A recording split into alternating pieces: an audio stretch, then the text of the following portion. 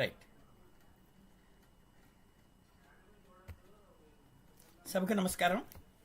తెలుగు రథం సాహిత్య సాంస్కృతిక సామాజిక వికాస సంస్థ గత 18 ఏళ్లుగా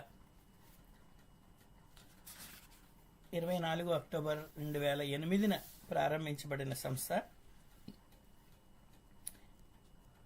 సప్తాశ్వ సూర్య రథం ప్రేరణతో మేము కూడా 7 రంగాలు ఎన్నుకున్నాం. రథం పేరు కనుక భాష, సాహిత్యం, సంస్కృతి, కళలు, జనపదం. జనపదం అంటే జానపదం అనుకుంటారు. మనకి షోడశ జనపదాలు ఉన్నాయి, వాటిని దృష్టిలో పెట్టుకుని పెట్టిన పేరది. జనపదం, వికాసం, ఆధ్యాత్మికం, ఇలా 7 రంగాలను ఎన్నుకుని సాధ్యాసాధ్యాలని దృష్టిలో పెట్టుకుని మనకి కోవిడ్ వచ్చేంత వరకు భౌతిక సభలు నిర్వహించడం ఇంచుమించుగా ఇతర రాష్ట్రాల్లోనూ 4 రాజధానుల్లోనూ కూడా నిర్వహించాం. అలా అవకాశం వచ్చింది. ఆ నేపథ్యంలో మరి మనకి సమాజానికి ఒక రోగగ్రస్త వ్యవస్థ మహమ్మారి అన్నాం, కానీ వాస్తవానికి మహమ్మారి కాదు, మహాప్రసాదం. అంతర్జాల సభలకి ఒక ఆలోచన ఆచరణ ఇచ్చిన సమాజపరంగా ఎన్నుకున్న ఇబ్బంది పరిస్థితుల్ని అధిగమిస్తూ ఇంకా భౌతిక సభలకి అభౌతికం చేసి అంతర్జాలంలోనే మనం మాయాజాలంగా నడిపిస్తున్న వైనం. ఇందులో మా తెలుగు రథం తరఫున ముఖ్యంగా మనకి పురాణాలు, ఇతిహాసాలు, ఉభయ భాషల్లో ఉన్న సారస్వతం నాటి నుంచి నేటి వరకు ఎక్కడ వీలైతే అక్కడ ఈ యువతరానికి తో పాటు మిగతా వర్గానికి, సమాజంలో ఉన్న వర్గానికి ఏదో రకమైన ప్రేరణ మనం అందించేందుకు అవకాశం ఉండొచ్చేమో అన్నట్టుగా ఈ కార్యక్రమాలు నిర్వహించడం జరుగుతుంది. ప్రస్తుతం రామాయణ పరంగా అధ్యాత్మ రామాయణం పద్య రూపంలో మంచి రచన దొరికితే అది చదివిస్తున్నాం.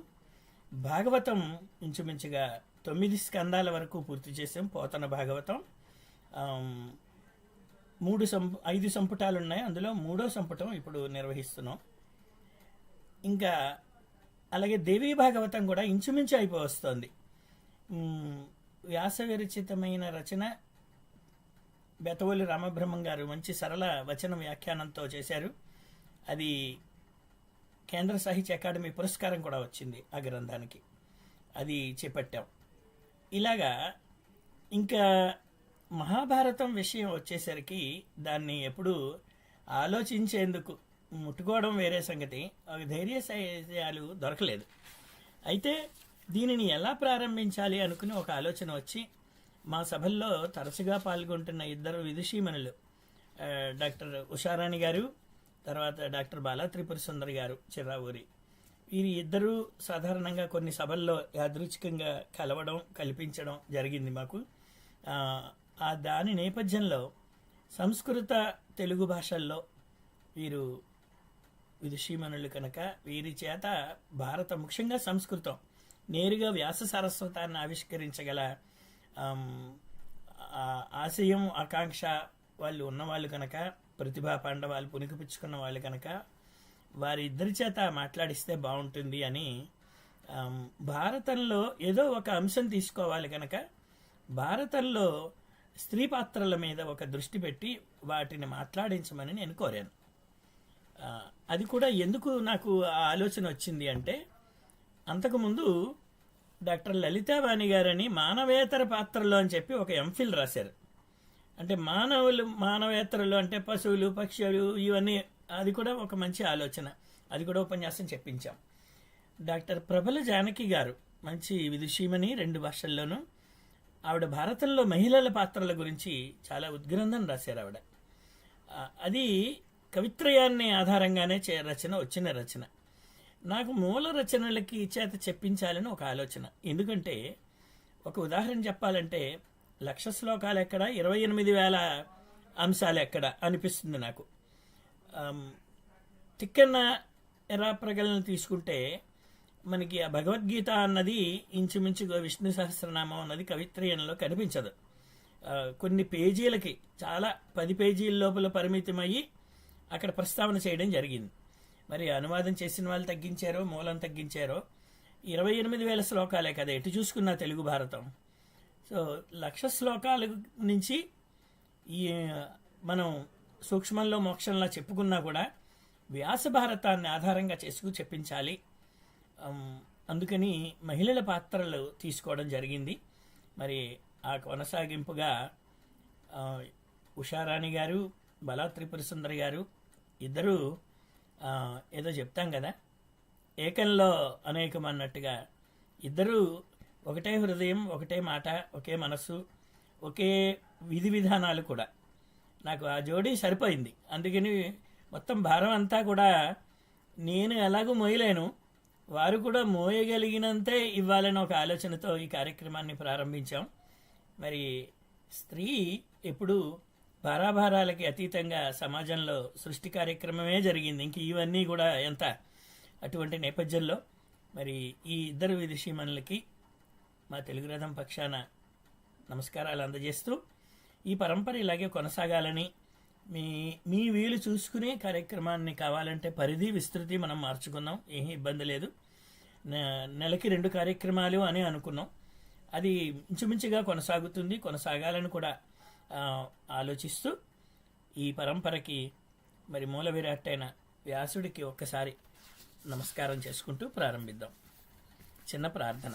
ఓం నమో భగవతే వేదవ్యాసాయ శ్రీశంకర భగవత్పాదా విజయంతే. నమోస్తుతే వ్యాస విశాల బుద్ధే పుల్లారవిందాయత పత్రనేత్ర. येन त्वया भारततैलपूर्णः प्रज्वालितो ज्ञानमयः प्रदीपः.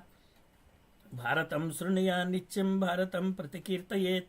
भारतं भवने यस्य तस्य हस्तगतो जयः. भारतपरमं पुण्यं भारते विविधाः कलाः.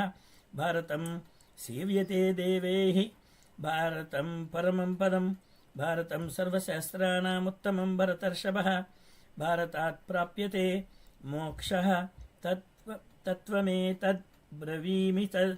హరివంశోక్తమంలో ఈ శ్లోకం ముందు మాటకు మొట్టమొదటి ప్రార్థనగా మరి మహాభారత సార సంగ్రహం అని పులిల శ్రీరామచంద్రుడు గారు రాసిన గ్రంథంలో ఇది మొట్టమొదటి ప్రార్థనగా ప్రస్తావించారు. అలాగే మహాభారతంలోని చివరి శ్లోకం కూడా వారు ఈ ప్రార్థన పరంపరకి ఎన్నుకున్నారు. యోగోశతం కనక శృంగమయం దదాతి విప్రాయ వేద విదుషే సుబహుశ్రుతాయ.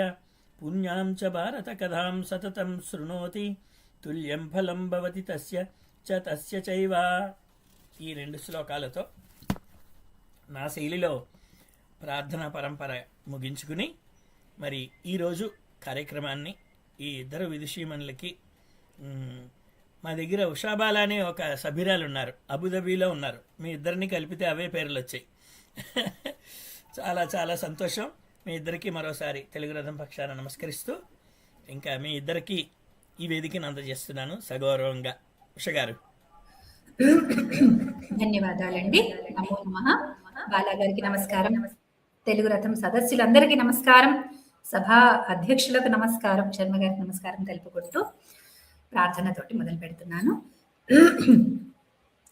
यो ब्रह्माणं विदधाति पूर्वं यो वै वेदांश्च प्रहिणोति तस्मै तं देवमात्मबुद्धिप्रकाशं मुमुक्षुर्वै शरणमहं प्रपद्ये.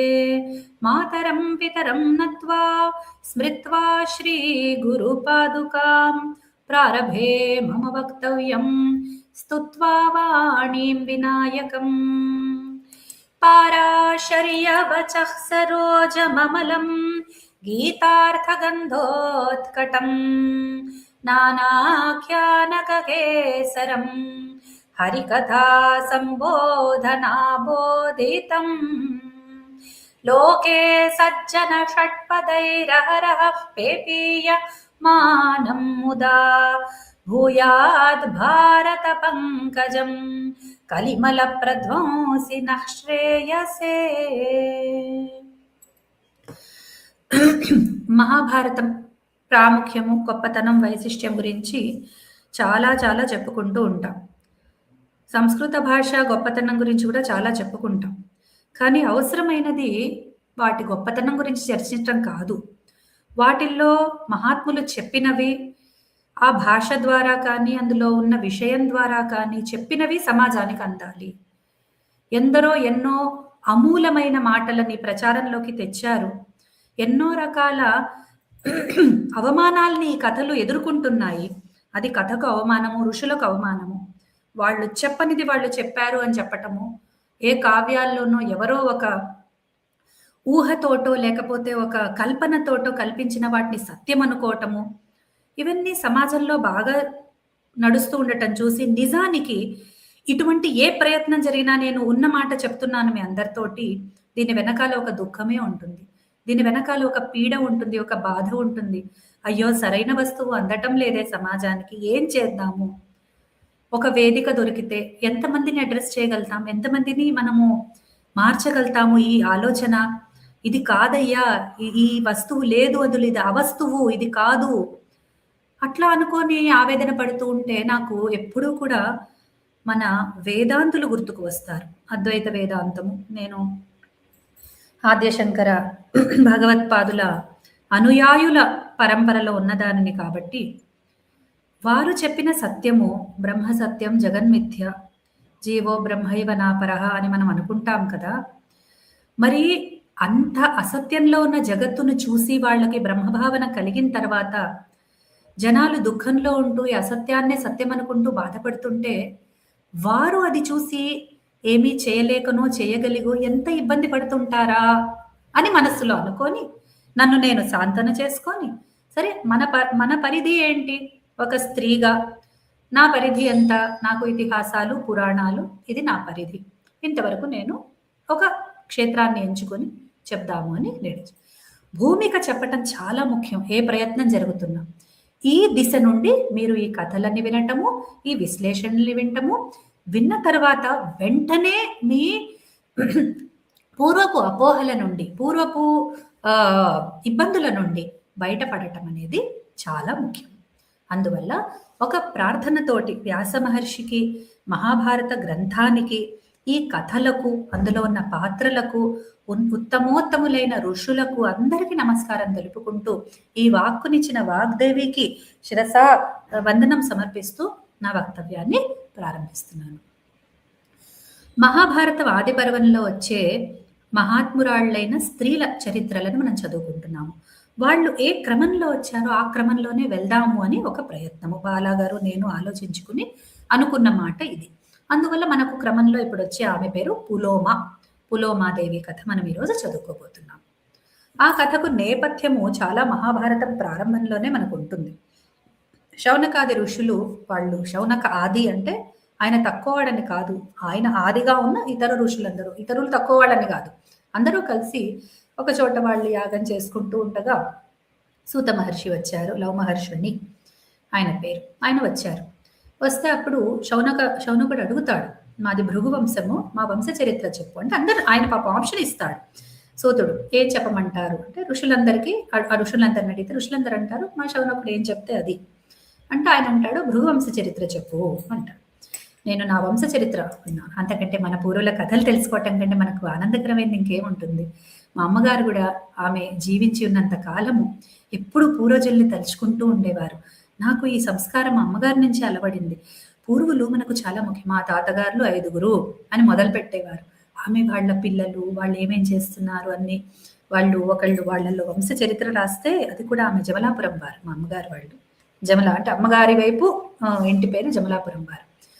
అయితే వాళ్ళు వంశ ఇది రాస్తే ఆమె చాలా జాగ్రత్తగా దాన్ని భద్రపరుచుకుని ఆ పుస్తకాన్ని చాలా ఎప్పుడూ చెప్తూ ఉండేవారు మాకు ఆ కనెక్షన్ పోకూడదు అని. అట్లాగే తాతగారుల వైపు అటు మా పెద్దనాన్నగారు వాళ్ళు అటువైపు చెప్తూ ఉంటే అవన్నీ గుర్తుపెట్టుకుని వీరు మనం ఇటువంటి దీనికి అది ఇక్కడ ఈ సంస్కారం మనకు ఎక్కడి నుంచి వచ్చింది? మహాభారతం నుండి వచ్చింది. తత్ర వంశమహం పూర్వే శ్రోతుమిచ్చామి భార్గవం కథయస్వ కథామేతాం కల్పాః స్మశ్రవణే తవ అని చెప్పి అడుగుతాడు. అడిగితే మొట్టమొదలు నేను నా వంశవర్ణన నేను వినదలుచుకున్నాను అని అంటే అప్పుడు సౌతి ఆయన చెప్తాడు, సరే అయితే చెప్తాను, నీ వంశం చాలా గొప్పది నాయన. మొట్టమొదలు బ్రహ్మ వరుణుడి యజ్ఞంలో మహర్షి ఆయన భగవంతుడు అంటే పూజ్యుడు అని అర్థము. భృగువుని ఆయన అగ్ని నుండి ఉత్పన్నం చేశాడు. చూడండి, బ్రహ్మ వరుణ యజ్ఞంలో భృగువుని అగ్ని నుండి ఉత్పన్నం చేశాడు. ఇందులో ఎంతమంది ఇన్వాల్వ్ అయ్యారో చూడండి. ఆయన కొడుకు చ్యవనుడు అని చెప్పి చెప్తాడు. ఆ చ్యవనుడి కొడుకు ప్రమతి, ఆయన ఘృతాచి ద్వారా రురు అనే పుత్రుణ్ణి ఉత్పన్నం చేశాడు. అతని పుత్రుడు శునకుడు. ఆయన జన్మ ప్రమద్వర అనే ఆమె నుండి జరిగింది అని అంతా చెప్పుకుంటూ వస్తుంటే కథ మరి కథ సాగనిస్తే మరి మహాభారతం అనరు కదా దాన్ని. కథ మధ్యలో ఉపకథలు ఉంటాయి. ప్రశ్నల వల్ల ఆ కథలు జనరేట్ అవుతుంటాయి. ఎంత న్యాచురల్గా ఉంటాయంటే ఎవరంటారండి ఇవన్నీ కల్పిత కథలని. ఎంత మామూలుగా ఒక సంభాషణ జరుగుతుంటే పిల్లలతో అప్పుడు ఏమైంది, ఇది ఇట్లా ఎందుకు జరిగింది, పిల్లలు కూడా అంతే సహజంగా కథలు చెప్పేటప్పుడు మధ్యలో ప్రశ్నలు అడుగుతారు. అట్లాగే దాన్ని అంటారు అమాయకత్వం ఆ ఋషుల్లో కనిపిస్తుంది. అప్పుడు శౌనకుడు వెంటనే అడుగుతాడు, అవును మరి భృగువు కొడుకు చవనుడు ఎందుకైనాడు, ఆయన భార్గవుడు అవ్వాలి కదా అని. అంటే అప్పుడు ఆయన చెప్పటం మొదలు పెడతాడు. ఏమంటాడు అంటే భృగువు పత్ని పేరు పులోమ, అక్కడ వస్తుంది పులోమాదేవి. భృగువు ఇప్పుడు ఆయన అగ్ని నుండి ఉత్పన్నమైన ఆ ఋషి యొక్క పత్ని పులోమ.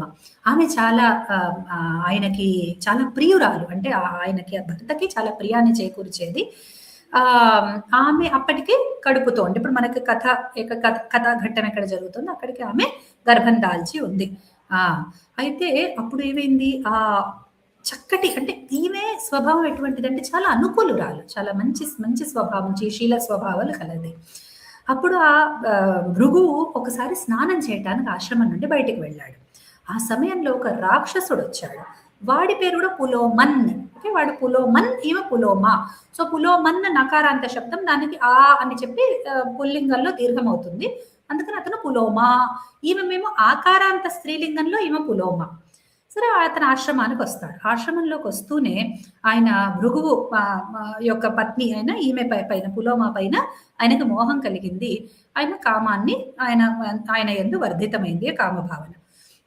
అప్పుడు అతను అతిథేమో అనుకోని, అందరూ అదే చేసే పొరపాటు అదే. మన వాళ్ళందరూ ఎంత సరళ స్వభావాలు అంటే ఒకడు రాక్షసుడా మంచివాడా అదండి మనం తెలుసుకోవాల్సిన విషయం. దానివల్ల ఇప్పుడు సీతమ్మ ఎన్ని కష్టాల పాలైంది, ఎందుకైంది, వాడు దుష్టుడు, వాడిని చూసి సన్యాసి అనుకుంది. వాడు ఆ వేషంలో వచ్చి మభ్య పెడతాడు, మోహ పెడతాడు. ఒక సినిమాలో చూసా డైలాగ్, చాలా మంచి డైలాగ్. అంటాడు ఋషి ఏదో అదే బ్యాక్గ్రౌండ్ తీసుకొని చేశారు, ఒక ఆశ్రమం బ్యాక్గ్రౌండ్ లో. అంటాడు, మేరా బేటా రావణ్ సన్యాసి కే వేష్ మే ఆయా తో మేరా అదేంటి సీతమ్మ ఎట్లయితే ఇదైపోయిందో, భ్రమపడిందో, అట్లాగే వీడు రావణుడిని సన్యాసి అనుకుంటున్నాడు. అంటే ఆ ఘట్టం అట్లా ఉంటుంది అని అదే అనిపిస్తుంది. ఇట్లా ఎందుకు జరుగుతుంది, ఇక్కడ కూడా అదే జరిగింది. అతిథి సరే, ఆమె భావన ఆమెని రక్షిస్తుంది, ఏది జరగాలో క్రమంలో అది జరుగుతుంది, తర్వాత సంగతి. కానీ మనం నేర్చుకోవాల్సింది ఏంటంటే ఎవరు ఏంటి. ఇప్పుడేమో మనం అందరినీ ఆపేస్తున్నాం. అతివృష్టి అనావృష్టి ఏంటంటే మొదలేమో అందరినీ రానివ్వటం. కాదు కొంతమంది డేంజర్ ఉంటారంటే అందరినీ డేంజర్ పరిధిలో పెట్టి ఎవరిని ఇంట్లోకి రానివ్వకపోవడం. అది కాదు, ఇవాళ రేపు అపార్ట్మెంట్స్ లో చూస్తాం, అసలు వాళ్ళ లాక్ కూడా తీయరు. మనం ఎంతో వాళ్ళకి ఇది ఏంటో ఈ మధ్య అడ్మిట్ పాస్లు, ఆ అపార్ట్మెంట్ లోకి వెళ్ళాలంటే అడ్మిట్ పాస్లు ఉండాలి. ఈ విధంగా వాళ్ళకి వ్యాలిడిటీ, ఈ అదంతా పక్కన పెట్టండి. నేను చెప్తున్నా, కనీసం గుర్తించటం, ఒక చిన్న ఇంట్యూషన్ డెవలప్ చేసుకోండి. ఇంట్యూషన్ తప్ప మీకు ఏది హెల్ప్. మరి సీతమ్మకి ఇంట్యూషన్ లేదా అంటే ఆ సమయంలో మాయ కమ్మింది ఆమెని, అంతే, ఏం చేయలేము. ఆమె మాయా స్వరూపిణి, ఆ ఘటన జరగాలి కాబట్టి జరిగింది. కానీ మనము మన రక్షణ కోసం. సరే, అవన్నీ పక్కన పెడితే అప్పుడు అతను కామంతో పీడితుడై ఉన్నాడు. ఆమెని ఒక్కతిగా ఉండటం చూసి ఆమెని తీసుకొని హరించుకొని వెళ్ళిపోదామని అనుకుంటున్నాడు. అప్పుడు అపహరణ ఇచ్చ వస్తున్నప్పుడు అతనికి ఈమెను ఎత్తుకొని వెళ్ళిపోతాను అని అనుకుని, నాదైతే పని అయిపోయింది, భర్త కూడా లేడు, ఇప్పుడు ఈమెను తీసుకొని వెళ్ళిపోతానని చెప్పేసి మనస్సులో ఆయన అనుకుంటున్నాడు. దానికి కారణం ఏంటిట అంటే, ఇది చాలా విచిత్రమైన ఒక ఘటన జరుగుతుంది. ఇప్పుడు ఈ చిన్నప్పుడు మనము పిల్లల్ని భయపెట్టడానికో ఏదో చెప్తూ ఉంటాను చూడండి, అటువంటి ఒక ఘటన ఇక్కడ జరిగింది అని ఇక్కడ కథలో లేదు, కానీ వీళ్ళు టిప్పణిలో ఇచ్చారు గీతా ప్రెస్ వాళ్ళు, అది మీతో పంచుకుంటున్నాను. చిన్నప్పుడు పిల్లలు బాగా ఏడుస్తుంటే బూచోడు వస్తాడు ఎత్తుకోబోతాడు అంటాం కదా మనము. ఇదేంటి దీనిలో ఆమె అన్నం తింటలేదో ఏడుస్తోందో ఏదో అమ్మాయిని భయపెట్టడానికి వాళ్ళ తండ్రి అన్నట్ట చాలా చిన్నతనంలో, రాక్షసుడా ఈ పిల్లని తీసుకొని వెళ్ళిపో, ఇగో ఏడుస్తోంది చూడు అని చెప్పి అనంటే ఆ సమయంలో అక్కడ ఉన్నాడు. వాడు అనుకున్నాడు, ఈమె నా భార్య అయిపోయింది. ఇంకా ఇంతే చిన్న సంఘటన. కనీసం అందుకనే ఇక్కడ టిప్పణిలో ఏం రాస్తున్నారంటే, కనీసం నవ్వులాటకి కూడా ఆడపిల్లల్ని అట్లా అనకూడదు. ఆడపిల్లలు మగపిల్లలు ఎవరిని బూచోడికి ఇస్తా, రాక్షసుడికి పట్టిస్తా. నిజంగా నేను కథ చదివినప్పుడు, మొదటిసారి చదివినప్పుడు నేను చాలా ఆశ్చర్యానికి చాలా భయానికి గురైనానమ్మో, మనం మాట్లాడే మాటలకి ఇంత అర్థం ఉంటుందా అని. సరే, మనం దానికి తర్వాత వద్దాం. ఈ ఈ కారణంగా వాడు ఆ అమ్మాయిని గుర్తుపట్టి, ఆహా! ఈమె ఎక్కడుందా? నాకీమె నా భార్య అయిపోయిందని చెప్పి మనస్సులోనే ఆయన ఆమెని కామించి నాకు కావాలి అనుకున్నాడు. సరే తర్వాత ఏం జరిగింది? ఇప్పుడు తండ్రి ఇట్లా అన్నాడు కానీ ఈమె తండ్రి ఈమెని నాకు కట్టబెట్టి తర్వాత భృగుకి కట్టబెట్టాడు. కాబట్టి మొదలు నాతోటే ఈమె పెళ్లి జరిగింది అని చెప్పి అతనికి బాగా ఇప్పుడు ఆ రెండో భర్త ప్రేమించిన మరి స్త్రీని ఇంకొకతను పెళ్లి చేసుకుంటే అతనికి ఎటువంటి భావన ఉంటుంది? అదే భావన ఈతడి మనస్సులో కూడా ఉంది. కాబట్టి ఇది మంచి అవకాశము. ఈమెను తీసుకొని నేను వెళ్ళిపోతాను. అందులో అక్కడ ఎవరు లేరు కదా అని చెప్పి అటు ఇటు చూస్తుంటే అగ్నిదేవుడు కనిపించాడు. అగ్నిదేవుడు కనిపిస్తే అప్పుడు అగ్నిదేవుడు అంటాడు, అగ్నిదేవుడితో ఇతను వెళ్ళి అంటాడు, నువ్వు చెప్పు ఈమె ఎవరి పత్ని? నువ్వున్నావు కదా ఇక్కడ, నువ్వే నాకు చెప్పు అంటే అప్పుడు అతనేం మాట్లాడాడు.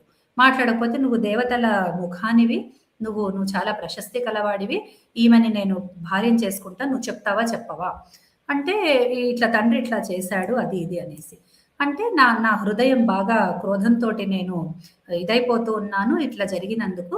అందుకని ఇప్పుడు నేను ఇవన్నీ కూడా నేను క్లోజ్ చేసేస్తాను. నాకు చెప్పు అని చెప్పి అంటే అప్పుడు అగ్నిదేవుడు అప్పుడు కూడా ఏమి మాట్లాడాడనమాట.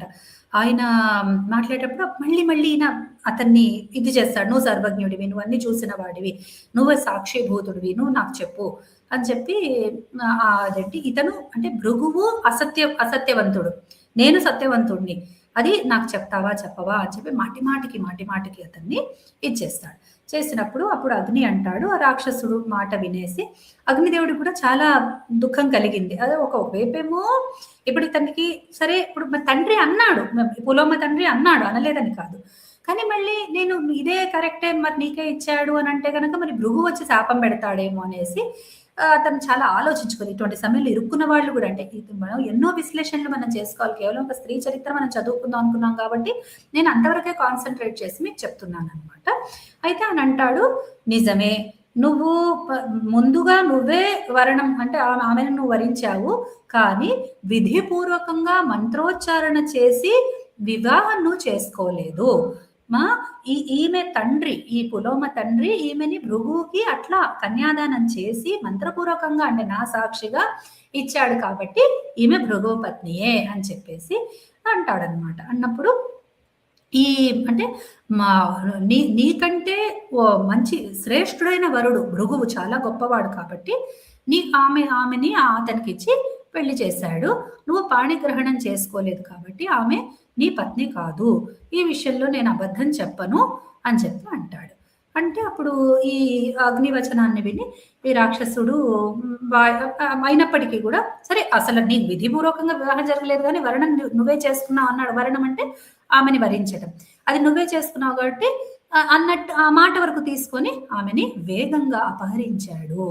ఆ సమయంలో ఇప్పుడు చూడండి, ఒక స్త్రీ గర్భవతి అతిథి అనుకుంది, వాడు వచ్చాడు ఎత్తుకోబోతున్నాడు. ఆ సమయంలో పరిస్థితి ఏమైతుంది, పూర్తి నిండు గర్భిణి అనమాట, మామూలుగా కూడా కాదు, ఇంకా ఆమెకి ప్రసవం అయ్యే సమయంలో ఆమె ఉన్నది.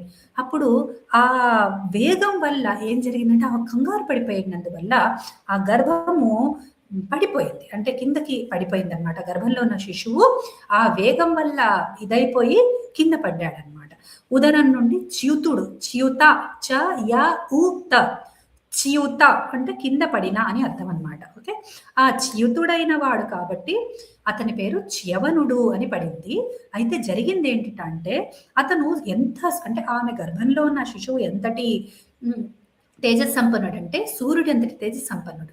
ఆయన అదేంటి ఈ పడంగానే కింద పడంగానే ఆ పులోమాని ఎత్తుకుపోతున్న పులోమన్ అనే రాక్షసుడు అక్కడికక్కడే తగిలి అంటే అగ్ని తగిలి నిప్పు ముట్టి భస్మం అయిపోయినాడు పూర్తిగా. అంటే అతని శరీరం అంతా కూడా భస్మీభూతం అయిపోయింది.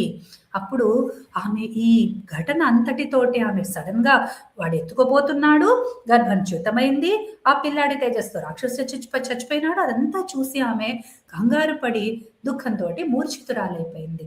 ఎట్లాగో అట్లా మళ్ళీ లేచి ఆమె తన పిల్లవాడిని పట్టుకొని మామగారు కదా మరి మామగారి దగ్గరికి వెళ్ళింది. ఆయన భృగుని ఆయనే జన్మింపజేశాడు కాబట్టి బ్రహ్మ దగ్గరికి వెళ్ళిపోయింది.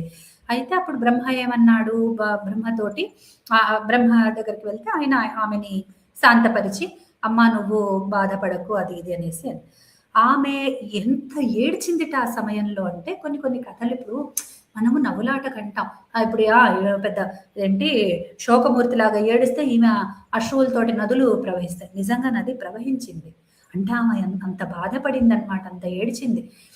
ఆ నది ఒకటి పెద్ద నది ఒకటి ప్రకటమైందనమాట. అది. దాన్ని హ్మ్.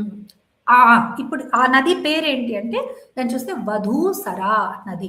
వధూసరా అంటే వధువు ఇప్పుడు ఈయనకి బ్రహ్మకి ఈమె పుత్రవధువు అవుతుంది.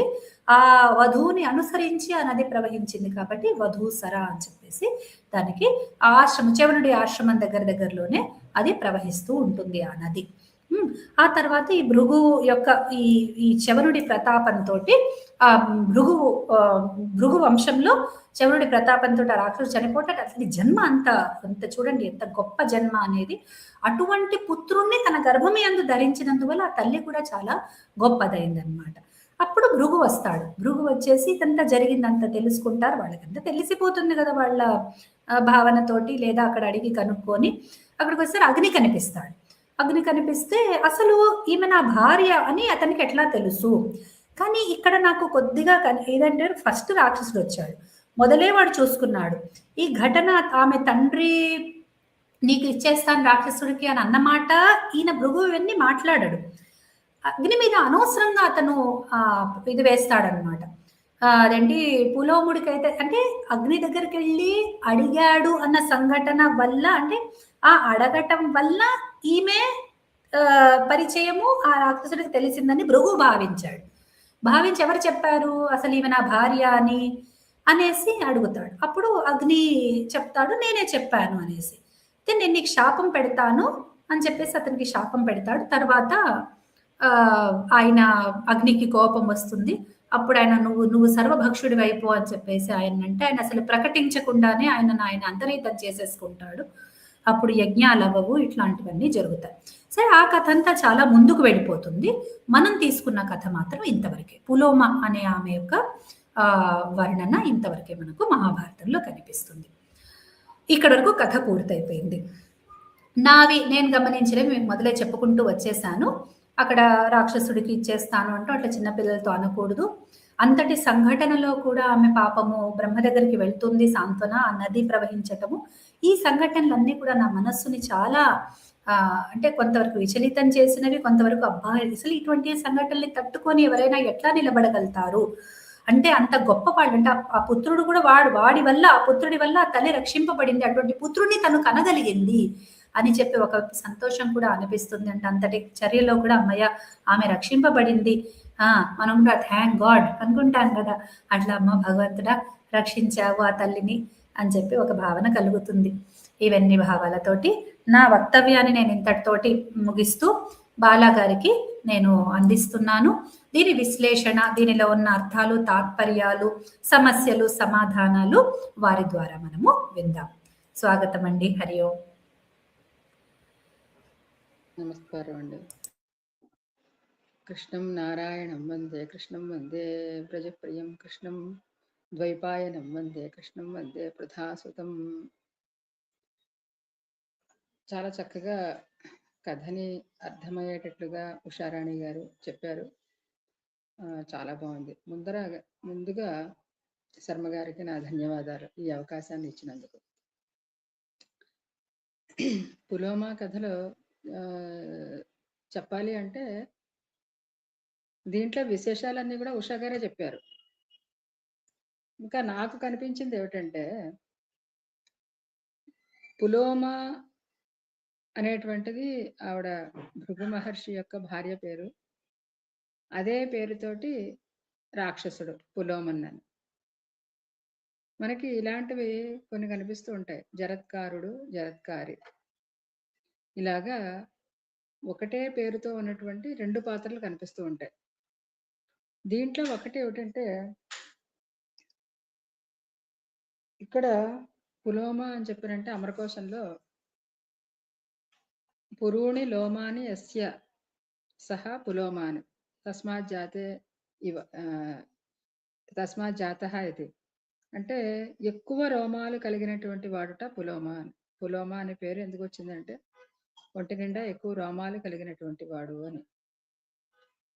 సరే, రాక్షసుల్ని మనం ఇలా భావించుకోవచ్చు. అంటే దివ్యమైనటువంటి వాళ్ళు ఎలా ఉంటారు, కాస్త వికారమైనటువంటి వర్ణము కలిగే వికారమైన ఆకృతి గల వాళ్ళు ఎలా ఉంటారు అని చెప్పి మనకి సాముద్రికంలోనే దీంట్లో చెప్తారు. సరే, ఇక్కడికి వస్తే ఇతను రాక్షసుడు అని. ఇంకొకటి పులోమజ అని చెప్పి సచీదేవికి పేరు. ఈ పులోమ అనే రాక్షసుడే సచీదేవి యొక్క తండ్రి, అది ఒక సంశయం. ఎందుకంటే పులోమజిత్ అని ఇంద్రుడికి కూడా పేరు. పులోమ అనేటువంటి రాక్షసుడిని జయించిన వాడు ఇంద్రుడు అని. సరే, ఇక్కడికి ఇది వదిలిపెడితే అక్కడ నిజంగా చిన్నప్పుడు అందరం కూడా మనం ఏదైనా పిల్లలు అల్లరి చేస్తూ ఉంటే, ఇదిగో ఆ బూచికి ఇస్తాను, దీనికి ఇస్తాను అని చెప్పి అంటూ ఉంటాం. పొరపాటును కూడా అంటే నవ్వుతూ కూడా అబద్ధం ఆడకూడదు అని చెప్పి మన పెద్దవాళ్ళు చెప్తూ ఉంటారు. నవ్వుతూ కూడా అబద్ధం ఆడద్దు అని. ఆ విధంగా ఇది ఏదో తాత్కాలికంగా వాళ్ళని భయపెట్టడానికి అన్నప్పటికీ కూడా అది నిజమే కూర్చుంది ఇక్కడ పులోమా విషయంలో. మాటు వేసి కూర్చున్నాడు అనమాట ఆ రాక్షసుడు. ఇంకొకటి మనం నిజ జీవితంలో మామూలుగా ఇప్పుడు ప్రాక్టికల్గా ఆలోచిస్తే మన ఇంట్లో దివ్య శక్తులు ఎలా ఉంటాయో దుష్ట శక్తులు కూడా అలాగే ఉంటాయి. రెండూ ఉంటాయి. దీన్ని మనం గమనించి నోటి నుంచి అపశబ్దాలు రాకుండా చూసుకోవాలి. అపశబ్దాలు, పరుష వాక్యాలు, కఠినమైనటువంటి మాటలు. ఈ పరుష వాక్యాలు ఉన్న చోట లక్ష్మీదేవి ఉండదు అని చెప్పి మనకి భారతంలో చెప్తారు, సూక్తుల్లో చెప్తారు.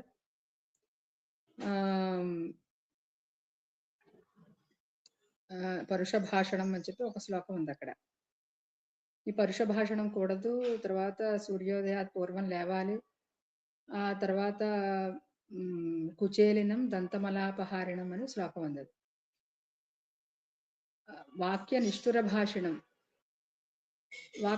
వాక్యాలని నిష్ఠూరంగా మాట్లాడడం, అపశబ్దాలు మాట్లాడడం, బూతులు మాట్లాడడం, లేదంటే అనకూడని మాటలు మాట్లాడడం.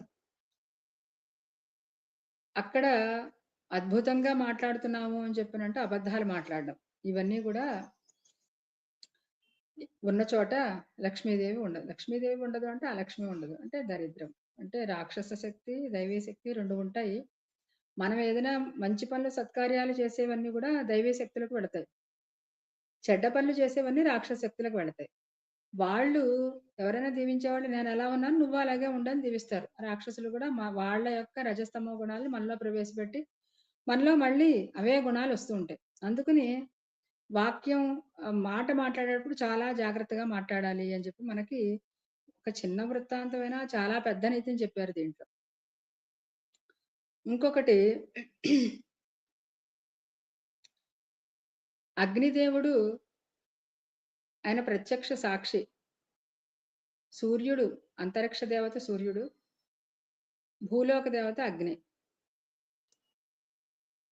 పూర్వం ప్రతి ఇంట్లోనూ కూడా అగ్నిహోత్రాలు, అగ్నికార్యాలు జరుగుతూ ఉండేవి. ఏ కష్టం వచ్చినప్పటికీ కూడా ఆ అగ్నిదేవుడినే ప్రార్థించేవాళ్ళు. మా ఇంట్లో మా అమ్మగారినే చూశాను నేను నా చిన్నప్పుడు. ఏం వచ్చినా సరే ఆయన్నే ప్రార్థించేవారు. మౌనం విచ్ఛిన్నమైంది అంటే గురువారం మౌనం చేసేవారు. మౌనం కనుక పొరపాటున విచ్ఛిన్నమైంది అంటే వెళ్ళి అగ్నిహోత్రాల గదిలో వెళ్ళి నమస్కారం చేసుకుని వచ్చేవారు, ఏం జరిగినా సరే. అలాగే అగ్ని, గోవు, సూర్యుడు, తులసి ఇవన్నీ కూడా మన ప్రత్యక్ష దేవతలు. ఇవన్నీ చూస్తూనే ఉన్నాడు ఆయన అగ్నిదేవుడు. చూస్తూ ఉన్నాడు కాబట్టి ఆ రాక్షసుడు ప్రత్యక్ష సాక్షి ఆయన కాబట్టి, రాక్షసుడు అంటే అన్ని చెడ్డవాళ్ళు అని కాదు, వాళ్ళలో కూడా రజస్తమో గుణాలు, సత్వగుణం కూడా ఉంటుంది, తక్కువ ఉంటుంది. అది తెలుసున్నవాడు కాబట్టి అడిగాడు సాక్ష్యం చెప్పమని చెప్పని అగ్నిదేవుడిని. ఇక్కడ మనం ఇప్పుడు రోజుల్లో జరుగుతున్నటువంటి, పూర్వం రోజుల్లో జరిగినటువంటి వైవాహిక విధానాన్ని తెలుసుకుంటే అష్టవిధ వివాహాలు ఉన్నప్పటికీ కూడా దాంట్లో అగ్ని అనేది ఉండేది. వాడు బలాత్కారంగా రాక్షస వివాహం చేసుకున్నా, ఆసుర వివాహం చేసుకున్నా ఏదైనా అగ్ని అనేది ఉండేది. అగ్ని ముఖంగానే, అగ్ని సాక్షిగానే వివాహం అనేది జరిగేది. అది కలకాలం నిలబడేది. ఇప్పుడు అగ్ని అనేది లేకుండా రిజిస్టర్ మ్యారేజ్‌లు వాళ్ళ వాళ్ళ సంప్రదాయాలను బట్టి చేసుకోవడం ఇదంతా ఉంటుంది కాబట్టే, ఇంకా చెప్పాలి అంటే అవి కొంత తగ్గుతున్నాయేమో, వివాహ వ్యవస్థ అనేది బలంగా లేదు అనిపిస్తుంది. ఎందుకంటే అక్కడ సాక్షిగా ఉన్నవాడు సాక్షి చెప్పాడు వచ్చి, "లేదయ్యా! నువ్వు నీకు ఇస్తాను అన్నప్పుడు నాకు తెలీదు. నా సాక్షిగా వాడు ఆయన భృగు మహర్షి నా కూతుర్ని నీకిస్తాను అని చెప్పి చెప్పలేదు. నేను సాక్ష్యం కాదు. కానీ నా సాక్షిగా వాళ్ళిద్దరికీ వివాహం అయింది నా సాక్షిగా. కాబట్టి ఈ భార్య పులోమ అనేది ఆవిడ భృగు మహర్షికే చెందుతుంది అని చెప్పి చెప్పాడాయన. భయపడినప్పటికీ కూడా సత్యాన్నే చెప్పాడు అగ్నిహోత్రుడు. సరే, అగ్నిహోత్రుడు సత్యాన్ని చెప్పినప్పటికీ కూడా అక్కడేమొచ్చింది, సర్వభక్షకుడు అవ్వు అని చెప్పి బ్రహ్మగారు శపించారు. ఈ శపించింది కూడా ఇంకా చెప్పాలంటే భృగు మహర్షి రాని క్రితమే బ్రహ్మగారొచ్చారు. అంటే అత్తగారు, మామగారికి అంత పుత్రవధువు అని, సంస్కృతంలో పుత్రవధువు అని. ఇంకా కొడుకు కంటే ఎక్కువ ప్రీతన్నమాట కోడలంటే. ఇది మనం ఒకటి గమనించవలసింది. ఆయన వచ్చి అగ్నిహోత్రుడిని శపించడం జరిగింది. తర్వాత ఈ అగ్నిహోత్రుడు సర్వభక్షకుడుగా ఉండు అని అగ్నిహోత్రుడిని శపించినప్పుడు బ్రహ్మగారు, ఈయన సర్వభక్షకుడు అంటే ఇంకా అపవిత్రం అవుతాడు కదా! అన్నీ తినేవాడు అపవిత్రుడవుతాడు. కొన్ని మాత్రమే లిమిట్‌గా ఇవి తినాలి, అవి తినకూడదు అని ఒక లిమిట్‌నెస్ ఉంటుంది. అది అగ్నిహోత్రుడు కావచ్చు, మనం కావచ్చు. చూసిన ప్రతీదీ తింటే వాడికి రజస్తమో గుణాలు పెరుగుతాయి. పవిత్రత అనేది పోతుంది. అది దానికి భయపడ్డాడు ఆయన అగ్నిహోత్రుడు. కాబట్టి నన్ను ఇలా శపించావు కాబట్టి నేనింకా దేన్ని గూడా ఇప్పుడు ఇవన్నీ స్వాహ, స్వధ ఇవన్నీ స్వాహాకారం, స్వధాకారం ఇవి ఇచ్చినప్పుడు ఆ సమయంలో ఇచ్చినటువంటి ఆహుతులు ఏవైతే ఉంటాయో అవన్నీ కూడా ఆ దేవతలకి సమర్పించే బాధ్యత ఎవరిది అంటే అగ్నిహోత్రుడు. అగ్నిహోత్రుడే అపవిత్రుడైనప్పుడు పుచ్చుకునే దేవతలు ఎలా పుచ్చుకుంటారు? తీసుకొచ్చేవాడు నీట్‌గా ఉండాలి కదా! మనకి ఏదైనా వస్తువు తీసుకొచ్చి ఇస్తున్నాడు అంటే వాడి నీట్‌నెస్ చూస్తాం. నీట్‌నెస్ చూసి వాడి చేతికి శుభ్రంగా ఉన్నాయా లేదా? అన్ని గ్లౌస్ ఏసుకున్నాడా లేదా? ఇవన్నీ చూసి తీసుకుంటాం మనం. ఈ అగ్నిహోత్రుడే అపవిత్రుడైతే దేవతలు ఎలా ఆహుతులు పుచ్చుకుంటారు? ఇప్పుడు యజ్ఞం చేసినప్పుడు, హోమం చేసినప్పుడు ఇచ్చినటువంటి ఆహుతులన్నీ ఎవళ్ళకి వెడతాయి? దేవతలు పుచ్చుకోరు కదా! ఇది ఆయన బాధపడింది. అందుకని సరే, నన్నిలాగా నువ్వు శపించావు కాబట్టి అసలు నేను ఏవి ఆహుతులను ఎవరిని కూడా తీసుకుని నేను ఇవ్వను ఎవరికీ గూడా అని చెప్పిన ఆయన అక్కడ అగ్నిని అంటే తన యొక్క కర్మని మానుకోవడం జరిగింది. ఇదే ఇది ఈ చిన్న కథనే చివర్లో ఎక్కడ అనుశాసన పర్వంలో అనుకుంటా వస్తుంది. అగ్ని అంతా గూడా మొత్తం ప్రపంచంలో అగ్ని అంతా చల్లారిపోయిందట.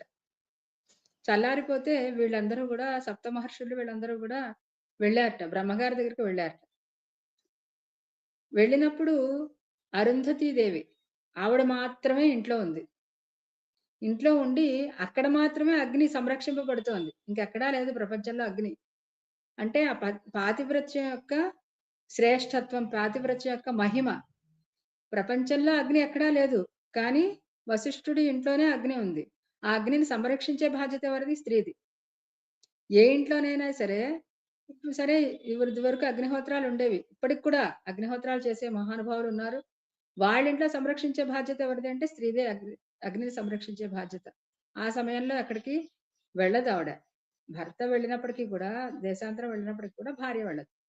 ఇక్కడ మహాపతివ్రత అయినటువంటి అరుంధతీ దేవి ఎక్కడా లేనప్పటికీ కూడా అగ్నిహోత్రం, అగ్ని ఎక్కడ ప్రజ్వరలేనప్పటికీ కూడా ఈయన వశిష్ఠుని గృహంలోనే ఆ అగ్ని వెలుగుతోంది తేజస్సు.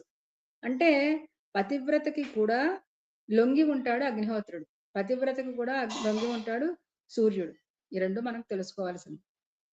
అలాగా ఇక్కడ చూస్తే సర్వభక్షకుడు అవ్వు అని చెప్పని అన్నాడు ఆయన. సరే తర్వాత బ్రహ్మగారే ఆయనకి ఆహ్, శాపాన్ని సరిచేశారు. ఏమిటంటే నీకు 5 ప్రాణాలు. ప్రాణాల్లో వాయువు, అగ్ని. వాయువు, అగ్ని ఇద్దరు కూడా జంట. వాయువు లేనిదే అగ్ని లేడు, అగ్ని లేనిదే వాయువు లేడు. ప్రాణవాయువు అంటాం. అగ్ని తోడైతేనే ప్రాణవాయువు ఉండేది. కేవలం వాయువు అయితే అక్కడ శీతత్వం తప్పితే ఉష్ణత్వం ఉండదు. కాబట్టి 5 ప్రాణాలు ఉంటాయి కదా! 5 ప్రాణాల్లోనూ కూడా ఒక అపాన వాయువుతోనే, అపాన ప్రాణముతోనే, అపాన ఉష్ణముతోనే నువ్వు మొత్తం దహించి వేస్తావు అని చెప్పి చెప్తాడనమాట. ఇది మనం చూసుకుంటే మన శరీరంలోనూ అదే పరిస్థితి, బయట కూడా అదే పరిస్థితి. అగ్ని చెప్పాలి అంటే ఇంకా 54 రకాల, 52 రకాల అగ్నులున్నారు. దాంట్లో శాంతిని కలిగించే అగ్ని, శ్రౌతంలో ఉపయోగించే అగ్ని, శాంతి సమయంలో వినియోగించే అగ్ని, జాతకర్మల్లో వినియోగించే అగ్ని, రకరకాల పేర్లతో ఉంటారు. మనకు కనిపించే అగ్ని జ్వాల. జ్వాల అంటే అర్థం కాకపోతే మంట. మంట ఒకేలా ఉంటుంది. కానీ పేర్లు వేరు. ఇలాగా ఇక్కడ అగ్నిహోత్రుని యొక్క ఆహ్, ఆ శాపాన్ని సవరించారు బ్రహ్మగారు. ఇది మనకి ఇక్కడ అర్థమయ్యేది. తర్వాత బ్రహ్మగారు ఎంతటి దయామయుడంటే కోడల మీద, ఆవిడ యొక్క కన్నీరు అంటే మహాపతివ్రత కాబట్టి ఆవిడ యొక్క కన్నీరు కూడా వేస్ట్ కాకూడదు అని చెప్పి దాన్ని నదిలా మార్చారాయన. ఇది మనకి శ్రీశైలం పరిసర ప్రాంతాల్లో ఉషారాణిగా శ్రీశైలం వెళ్ళారు కదా! అక్కడ మల్లమ్మ కన్నీరు అని ఒకటుంటుంది. అది బహుశా మరి ఏ 4 శతాబ్దాలు, 3 శతాబ్దాల కాలమో లేకపోతే అంతకంటే తక్కువ కాలమో మరి తెలీదు గానీ, మల్లమ్మ కన్నీరు అని ఉంటుంది. వాళ్ళ ఇంట్లో అత్తమామలు బాధించడం వలన ఆవిడ రోజు వచ్చి అక్కడ శివుడిని ప్రార్థిస్తూ కన్నీరు పెట్టుకునేదిట. అది చిన్నగా ఒక మడుగులాగా ఉంటుందది. దాంట్లో నీళ్ళు ఎంత తీసినా వస్తూనే ఉంటాయి. ఇలా మహాపతివ్రతల యొక్క ఆ తేజస్సు అంటే నీరు గాని ఏదైనా అవ్వచ్చు. అది వృధా కాకూడదు అన్న ఉద్దేశంతోటి ఆయన బ్రహ్మగారు వధువు వలన ప్రవహిస్తూ ఉన్నది అని. ఆ యొక్క దాన్ని ఆ నదిని ఏర్పాటు చేశారట. ఆ కన్నీటినే నదిగా ఏర్పాటు చేశారు అని చెప్పి. ఇది ఆగ్రా ప్రాంతంలో ఉంది అని చెప్పి మనకి గూగుల్‌లో తెలుస్తోంది. ఇంకా దీంట్లో విశేషాలు అంటే అంతటి మహాపతివ్రత కాబట్టే చ్యవన మహర్షి కడుపులో ఉండగానే ఆ గర్భపతనం అవ్వడంతోటే ఈయన్ని చూసి ఈ పిల్లవాడిని చూసి ఆయన యొక్క ఉగ్రమైనటువంటి ఆ దృష్టిని చూసి ఆ పులోమ అనే రాక్షసుడు నశించడం జరిగింది అని చెప్పి. తల్లి అంత మహాపతివ్రత, తండ్రి మహా సంపన్నుడు. మరి అలాంటి వాళ్ళకి పుట్టేటటువంటి పిల్లవాడు ఇంకా ఇంతటి శక్తిమంతుడు కాకపోతే ఎలా పుడతాడు? దీంట్లో తెలుసుకోవాల్సింది ఏమిటంటే, పిల్లల్ని ఏదో ఇప్పుడు అనుకునేటువంటి రీతిలో ప్లాన్ చేస్తున్నాము. పిల్లల్ని కంటానికి ప్లాన్ చేస్తున్నాం. ఇది కాదు. పిల్లల్ని కంటానికి ప్లాన్ కాదు. పిల్లల్ని కనేటప్పుడు వాళ్ళకి మనం ఏమందించాలి? ఆహారం కావచ్చు, మేధ కావచ్చు, బుద్ధి కావచ్చు. ఏమందించాలి? వాళ్ళు పుట్టిన తర్వాత మనం తదనుగుణంగా అంటే మన వంశానికి అనుగుణంగా ఎలా మలచాలి? ఇది అక్కడ కావాల్సింది. వాళ్ళిద్దరూ కూడా ఆవిడ మహాపతివ్రత కాబట్టి అటువంటి వాడు పుట్టాడు. స్త్రీలని బట్టి కొంత సంతానం యొక్క ప్రభావం స్త్రీని బట్టి ఉంటుంది అని చెప్పి మనకు తెలుస్తూ ఉంటుంది.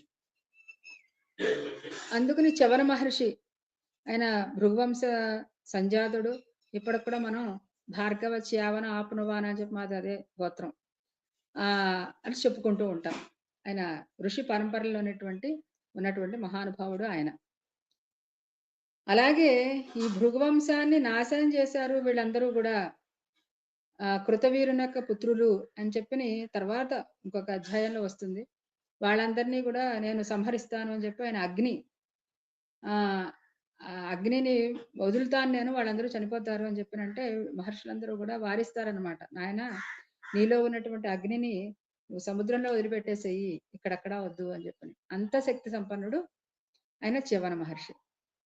ఇక్కడ మనం పులోమ యొక్క వృత్తాంతాన్ని చాలా ఏం వివరాలు ఉంటాయి అనుకున్నాను కానీ చాలా సూక్ష్మంలోనే చాలా విస్తారమైనటువంటి ధర్మాలు ఉన్నాయి ఈ కథలో. ఈ అవకాశం ఇచ్చినటువంటి శర్మ గారికి కథని చక్కగా విడమరిచి చెప్పి అర్థమయ్యేలాగా అందరికీ మనస్సుకి హత్తుకునేలాగా చేసినటువంటి ఉషారాణి గారికి కృతజ్ఞతలు. అలాగే తెలుగు రథం ప్రేక్షకులకు కృతజ్ఞతలు, నమస్కారాలు. హరి ఓం. ధన్యవాదాలు బాలాగారు, చాలా విషయాలు చెప్పారు. బాగుంది. మనకి ఇంకా అంటే అగ్ని కథలోకి వెళ్తే ఇంకా మనకు సూక్ష్మాలు చాలా విషయాలు మనకు వస్తాయి. మీరందులో ఈ పతివ్రత నిలబెడుతుంది అగ్ని అనే విషయం నాకు చాలా కొత్త విషయము. అంటే అంత శక్తి కలిగిన స్త్రీ స్త్రీ స్త్రీ అంటాం మనము, ఏముంది అని. పురుషుడు శక్తిమంతుడు, స్త్రీకి లేదు. చూడండి మరి స్త్రీ శక్తి వేరే చోట పనిచేస్తుంది. అది స్త్రీ తెలుసుకోవాల్సిన విషయం. పురుషుడు తెలుసుకుంటాడా లేదా తర్వాత ముందు స్త్రీ తెలుసుకోవాలి ఆ విషయము. చక్కగా చెప్పారు, బాగుంది. ఇక్కడ ఇంకొక బిందువు నేను జోడిద్దాం అనుకుంటున్నాను. భృగువు ఒక భర్తగా ప్రవర్తించిన విధానం కూడా నాకు చాలా సంతోషం కలిగిస్తుంది. అంటే భార్యని సంరక్షించుకోవాల్సిన బాధ్యత భర్తది. అతనికి ఎంత కోపం వస్తుందంటే అగ్నినే శపించేస్తాడు. అంటే ఒక క్షణం కూడా ఆలోచించాడు.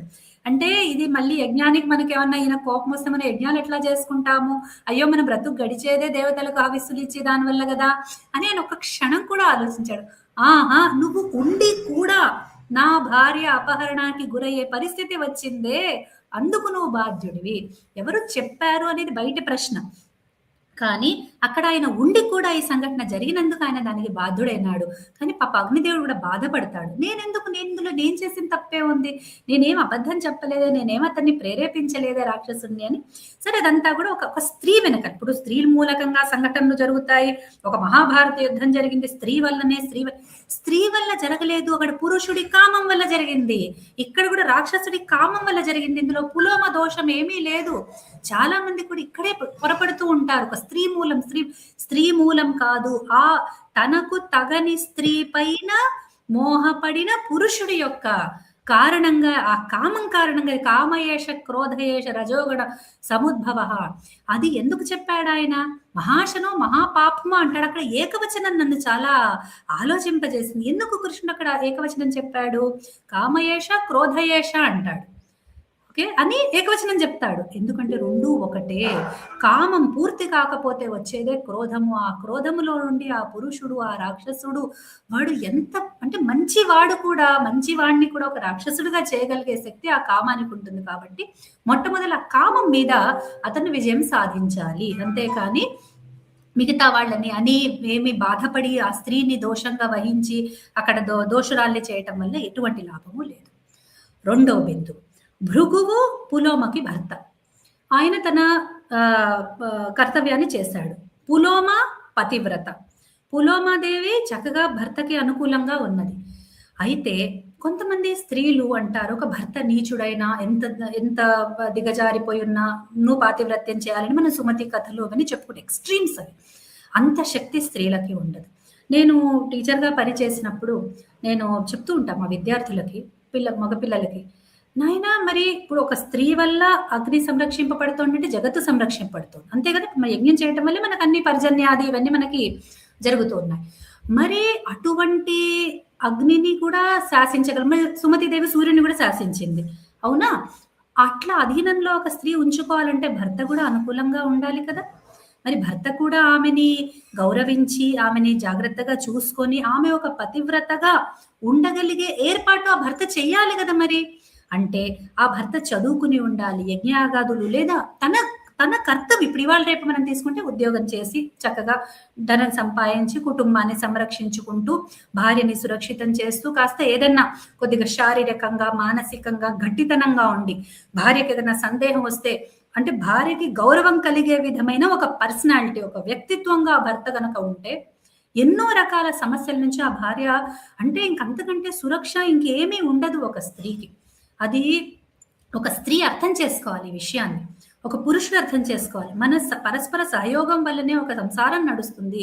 ఒక కుటుంబం అంటే కేవలం మనం ఆనందం కోసం, సుఖించటం కోసం కాదు. ఆ సంతానం కూడా సత్సంతానం. చవనుడు లాంటి భృగువు, పులోమ అంత ఉత్తములు కాబట్టే చవనుడు లాంటి ఒక సంతతి ఈ భూమి మీదకి వచ్చింది. అటువంటి ఒక పుత్రుడు ఉదయించాడు. అంటే ఒక రాక్షసుని తన కేవలం వాడు ఎంతున్నాడండి పుట్టినప్పుడు పసిగుడ్డు, ఒక క్షణం బిడ్డ, ఒక రోజు బిడ్డ కూడా కాదు, ఒక క్షణం బిడ్డ ఒక రాక్షసుని భస్మం చేశాడు అంటే ఎంత శక్తివంతుడు అంటే ఆ గర్భము దాల్చిన సమయము, ఆ ప్రభావము, ఆ భృగువు, అందుకని అంత భృగువు వీర్యము అని చెప్పాడు. ఎంత శక్తివంతమైన ఆ శక్తి ఒక పుత్రుడిగా అక్కడ ఉదయించింది అనేది కూడా పులోమ అందుకు తగిన పాత్ర వహించింది. భృగువు అందుకు తగిన శక్తి ఆయన కలిగి ఉన్నాడు. పులోమ ఒక పతివ్రతగా మెలగగలిగే వ్యక్తిత్వం భృగువు కలిగి ఉన్నాడు. అది ప్రతి భార్య ప్రతి భర్త కూడా తెలుసుకోవాల్సిన విషయమేమో ఈ కథ నుంచి అని నాకు అనిపించింది. మీ ప్రసంగం వింటున్న తర్వాత ఆ సమయంలో నాకు ఆ భావన కలిగింది. అది నేను సభతోని పంచుకున్నాను. ధన్యవాదాలండి. నిజంగా చక్కటి మాకు మంచి అవకాశం, మంచి భావనలు ఉద్బుద్ధమయ్యేటట్టుగా ఈ వేదిక మా కోసం కల్పించారు. మేము దీంట్లో కొంచెం చిన్న సవరింపు. ఇందాక నేను చవన మహర్షి అన్నాను. ఆయన రాక్షసుల మీద, కృతవీర్య పుత్రుల మీద కోపగించుకున్నాడు. ఔరవ మహర్షి. కొంచెం సవరింపు. అదొకటి. మీరు ఇంకొక ప్రసంగం అంటే చెప్పాలి వాడు చెప్తున్నా, మిమ్మల్ని కరెక్షన్ చేయాలని కాదు. మీరు పులోమ తండ్రి భృగువు అని సడన్ గా అన్నారు. అంటే దీంట్లో పులోమ తండ్రి పేరు చెప్పలేదు, సడన్ గా వచ్చింది. ఒక్క సవరింపు సభ కోసం కొంచెం. నిజంగా ఇంకొకటి ఏమిటంటే, ఇప్పుడు ఆలోచిస్తున్నది ఏమిటంటే, నేను కరెక్ట్ భార్యాభర్తలు అయినా సరే, ఏ సంబంధాలైనా సరే నేను చేస్తాను, కానీ నాకు దానివల్ల లాభం ఏమిటి? ఇది ఆలోచన. అంటే నాకు ఏదో ఒక లాభం ఉంటేనే కానీ నేను చేయను. అది కాదు మన ధర్మం. ఏమిటంటే, నీ ధర్మాన్ని నువ్వు పాటించు. పక్కవాడు ఎలా ఉంటే నీకే, నీ ధర్మాన్ని నువ్వు పాటించు. సుమతి కాదు, ఆవిడ కణ్వ మహర్షి శాపం వస్తుంది కదా, సుమతే అనుకుంటా, సుమతే. భర్త వాడు అందరితో తిరిగేవాడు, కుష్ఠవ్యాధి గ్రస్తుడు. ఆ కుష్ఠవ్యాధిలో కూడా నాకు ఆ వేశ్య కావాలంటాడు. అరే నేను ఎంత చేస్తున్నా, నీకైనా సిగ్గులేదా నీకు అసలు? నువ్వు ఇంకా ఈ పరిస్థితిలో కూడా ఇంకోళ్ళు కావాలంటావు అని అందావిడ. తీసుకెడుతుంది. అంటే తన ధర్మాన్ని తను పాటించింది. వాడు ఎలాంటి వాడైనా అవనివ్వండి. ఈ కుమారి శతకం చూస్తే మా చిన్నప్పుడు మా మామగారు చదివించారు. అది వాడు ఎలాంటి వాడైనా సరే ఇలాగే ఉండు అని చెప్పి, ఏమిటి ధర్మాలు ఈ రోజుల్లో ఏం ఉపయోగిస్తాయి అని ఇప్పుడు అనుకుంటా. కానీ అప్పుడు చదివాం కాబట్టి అవి కొంచెం బుర్రకు ఎక్కాయి. కొంచెం మనం సౌమ్యంగా ఉంటున్నాం అనిపిస్తుంది. వాతావరణానికి మనకు అనుకూలంగా కూడా కాదు, మనం అనుకూలంగా లేనప్పటికీ కూడా సంయమనం, సహనమే ఆభరణం స్త్రీకి ఎప్పుడు కూడా. ఇది లేకపోవడం వలన వాడు అలా ఉన్నాడు కదా, నేనెందుకు ఇలా ఉండాలి? వీటి వల్లనే గొడవలు మొత్తం, సంసారం మొత్తం. భార్యాభర్తలే కాదు, తల్లి తండ్రి పిల్లలే కాదు, ఎవరైనా సరే. అలా కాదు, ఎవరి ధర్మాన్ని వాళ్ళు పాటించండి. ఇది ఇక్కడ తెలుసుకుంటే మంచిదే. ఇప్పుడు శ్రీరాముడు సీత అమ్మవారు ఇద్దరు కూడా మేడ్ ఫర్ ఈచ్ అదర్. ఇద్దరు కూడా ఒకళ్ళనొకళ్ళు చాలా గౌరవించుకునేవాళ్ళు. ఇంకా గొప్పతనం వస్తుంది అప్పుడు. కానీ ఒకళ్ళు తగ్గితే ఇంకోళ్ళ గొప్పతనం ఎప్పుడు కూడా తగ్గదు. ఒకళ్ళు తక్కువ గుణాలతో ఉంటే రెండో వాళ్ళ గొప్పతనం తగ్గదు. ఎవరి గుణాలు వాళ్ళవే. పరమాచార్య స్వామి వారు అంటారు ఒకానొక సందర్భంలో, భార్యాభర్తలు అంటే ఉత్తర దక్షిణ ధృవాలు అని. రెండు ఉంటేనే ఆకర్షించుకుంటాయి. రెండు ఉత్తర ధృవాలైతే ఆకర్షించుకో. కాబట్టి ఇద్దరు లక్షణాలు వేరుగా ఉంటాయి. ఏ సంసారం చూడండి, ఇద్దరు సమానమైన లక్షణాలు చాలా తక్కువగా కనిపిస్తూ ఉంటారు.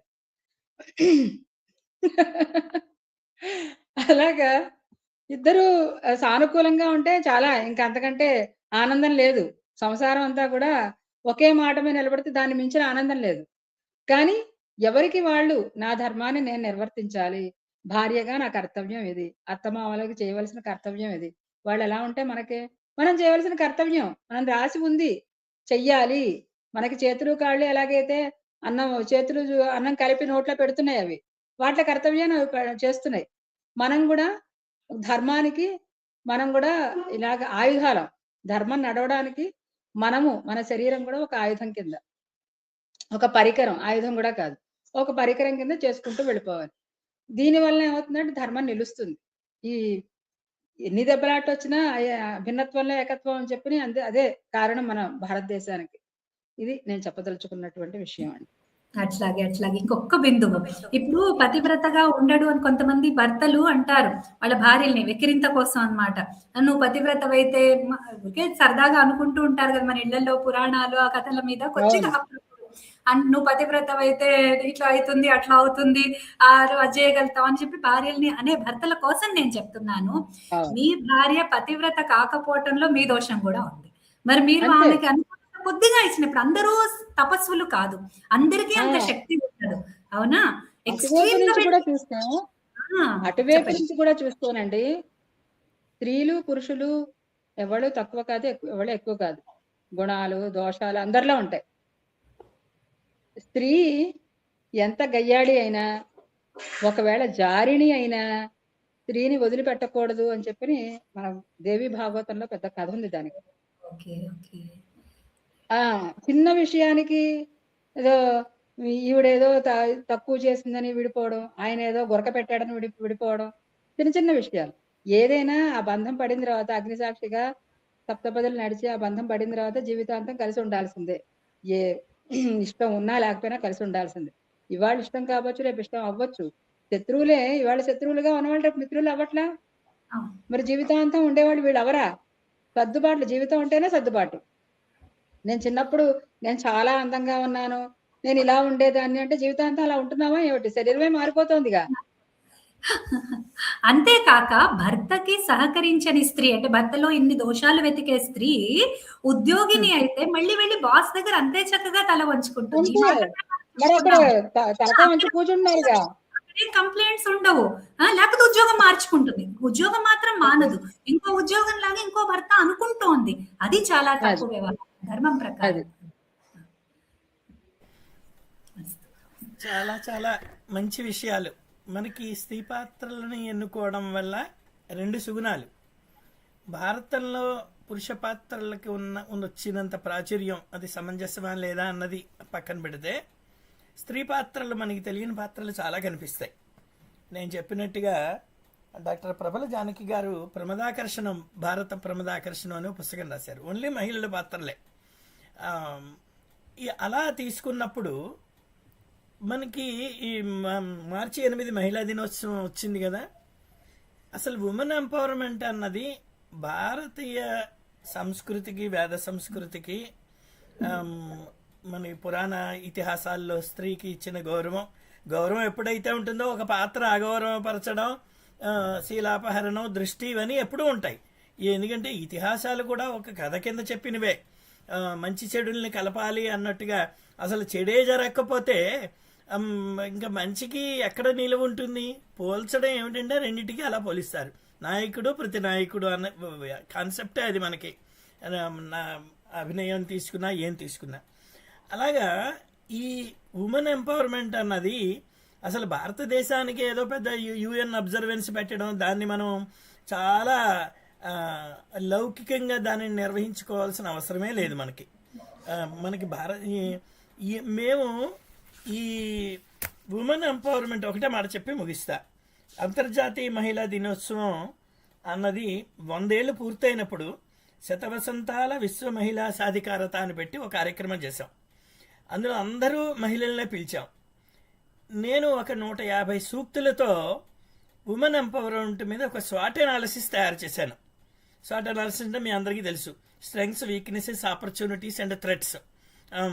సో చేసి ఆ 108 సూక్తులు ఇచ్చి దాన్ని 4 పార్ట్స్ కింద డివైడ్ చేసి, ఆ కార్యక్రమం ఏమిటంటే, మీరు ఉమెన్ ఎంపవర్మెంట్ అంటే వేదశాస్త్రం నుంచి కూడా మనకి ఎంతమందో మనకి కనిపిస్తారు.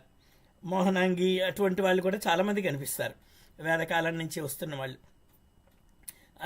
మోహనాంగి అంటే కృష్ణదేవరాయల కూతురు అనుకుంటాను.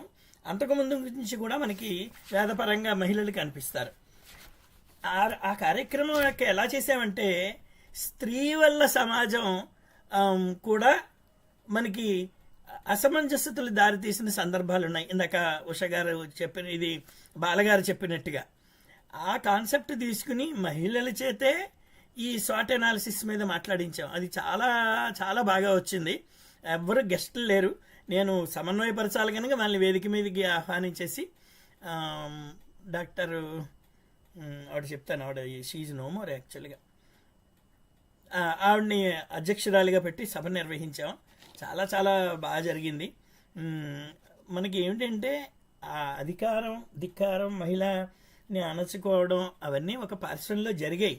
కానీ దాని వెనకాల కూడా కొన్ని కొన్ని సందర్భాలు, పాత్రల విశ్లేషణలో కొన్ని అలా జరిగిన మాట వాస్తవం అయి ఉండొచ్చు. కానీ ఏదైనా ఏక ఆకారం అని చెప్తాం కదా, ఆ చెప్పినప్పుడు ఇద్దరిని దాంపత్యంలో విడగొట్టడానికి వీలు లేని సందర్భం కదా అది. అలా ప్యారలల్గా, హారిజాంటల్గా కానీ వర్టికల్గా కానీ మనం విడగొట్టే సంబంధం ఉండదు దాంపత్యంలో. అది గ్రహించిన వాళ్ళు ఎప్పుడూ రోజు అనుకోవడం, విడిపోవడం, మళ్ళీ కలుసుకోవడం ఒక రోజులోనే జరుగుతుంది. అది ఎప్పుడో దానికి వేరే వారాలు, పక్షాలు, సంవత్సరాలు, యుగాలు అక్కర్లేదు. అది మనకి అక్కడే మనకి ఒక విధమైన కలయిక అన్నది పెట్టాడు. ఏదో మనకి గుణపాఠం జరిగితే తప్పితే మనకి మనం పశ్చాత్తాపడడం, చిచి ఎంత పొరపాటు చేస్తున్నానంటే చివరికి ఒకే మాటతో ముగిస్తా. రక్త కన్నీరు వినే ఉంటారు మీరు. నాగభూషణం డ్రామా రాశాడు. ఆ డ్రామా ఏమిటంటే అక్కడ కూడా ఇలాగే ఉంటాయి. ఏ రోజుకి ఆ రోజు కొత్తగా రాజకీయంలో వచ్చిన డైలాగ్సే తీసుకునేవాడు. ఎక్కడ పర్మనెంట్ స్క్రిప్ట్ లేదు అతనికి. వేశ్యగా వీడు రోజు ఏం చేస్తూ ఉండేటంటే మధురాలయానికి వెళ్ళడం, కాస్త ద్రవం పుచ్చుకోవడం, వేసి ఇంటికి వెళ్ళడం, ఇంటికి రావడం. ఒక్కొక్కసారి రాకపోతే భార్య ఎవరింటికి వెళ్తున్నాడో తెలుసు. భార్య ఆమె ఇంటికి వెళ్ళి తీసుకొచ్చేస్తుంది. వచ్చాక చెప్తుంది, నీ అలవాట్లు ఎలాగో మానలేవు, నువ్వు ఏదో చెప్తావు, వెళ్తావు, అబద్ధం చెప్తావు, ఇంకోటి చెప్తావు, ఇది చెప్తావు.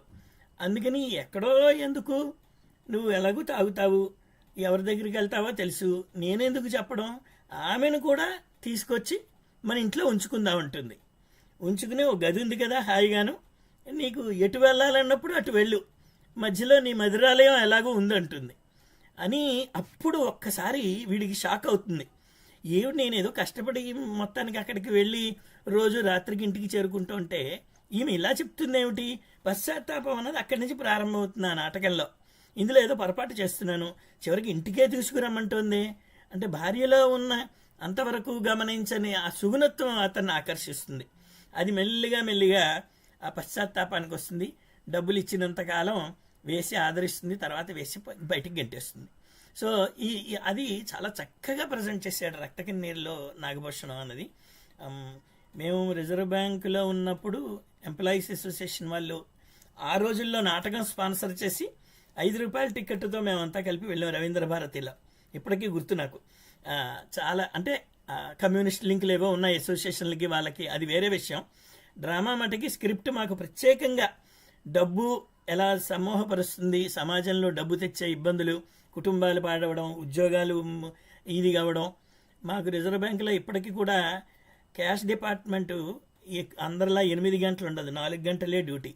అది అయిపోయాక క్యాంటీన్లో కూర్చుని ఈ అలవాట్లన్నీ నేర్చుకునేవారు. ఇదేదో ప్రమాదంగా ఉందని అప్పుడు లైబ్రరీ అనేది పెట్టి, గ్రంథాలయం అన్నది, ఉషా వాళ్ళ నాన్నగారు కూడా ఉన్నారు, ఎస్వి నాగేశ్వరరావు గారు కూడా ఈ పాత్రలో. అక్కడ తెలుగు సమితి అని ఒకటి పెట్టి గ్రంథాలు పెట్టి అన్నీ కావలసినవన్నీ ఒక కమిటీ వేస్తే మేమంతా ఏ పుస్తకాలు కొనాలో రాసి ఇచ్చి ఆ పుస్తకాలు కొనిపించాం కూడా. అలాగా ఇవన్నీ కూడా ఎలా ఉంటాయంటే వృత్తి ప్రవృత్తి సమ్మేళనం. ప్రవృత్తి అనేసరికి ఏవైనా రావచ్చు. చాలా చక్కగా ఆ ఉమెన్ ఎంపవర్మెంట్ గురించి ఇప్పుడు నేను ప్రాచీన సాహిత్యంలో మహిమామూర్తివంతమని పాలకొల్లు అద్దెపల్లి సత్యనారాయణమూర్తి కాలేజీ వాళ్ళు సెమినార్ పెట్టారు. అందులో ఇదే విషయం నేను మాట్లాడబోతున్నాను. ఈ 100 సంవత్సరాల మహిళా సాధికారత అన్నది మేము అప్పుడు చేసిన 1911లో ఇది జరుపుకున్నాం మనం. అలాగా ఎప్పుడూ కూడా వీళ్ళు వాళ్ళని ఇది అధికారం చలాయించారు, వాళ్ళు వీళ్ళని, కొన్ని పార్శ్వాలు కనిపిస్తాయి సమాజానికి, కొన్ని పార్శ్వాలు కనిపించవు, అంతే. బాలగారు చక్కగా చెప్పారు, ఎవరూ ఎక్కువ తక్కువ అన్నది కాదు, అది మనకి మనం గ్రహిస్తున్నాం. కానీ ఆ గ్రహించిన తర్వాత ఆలోచనను మార్చుకుని ఆచరణ దిశలో ఒక్కొక్కసారి కొంత పెట్టి మరి గుణపాఠం నేర్చుకుంటున్నాం, ఒక్కొక్కసారి నేర్చుకోలేక మనకి మనమే పతనం అవుతున్నాం అన్నది వాస్తవం. చాలా మంచి అంశం ఇవాళ. ఒక్క పులోమ అనే 3 అక్షరాల పాత్ర ద్వారా ఇవాళ ఎన్ని విషయాలు మాట్లాడుకున్నాం మేము. చాలా చాలా చాలా మీ కాంబినేషన్ బాగుంది, మీరు ఇలాగే కొనసాగాలి.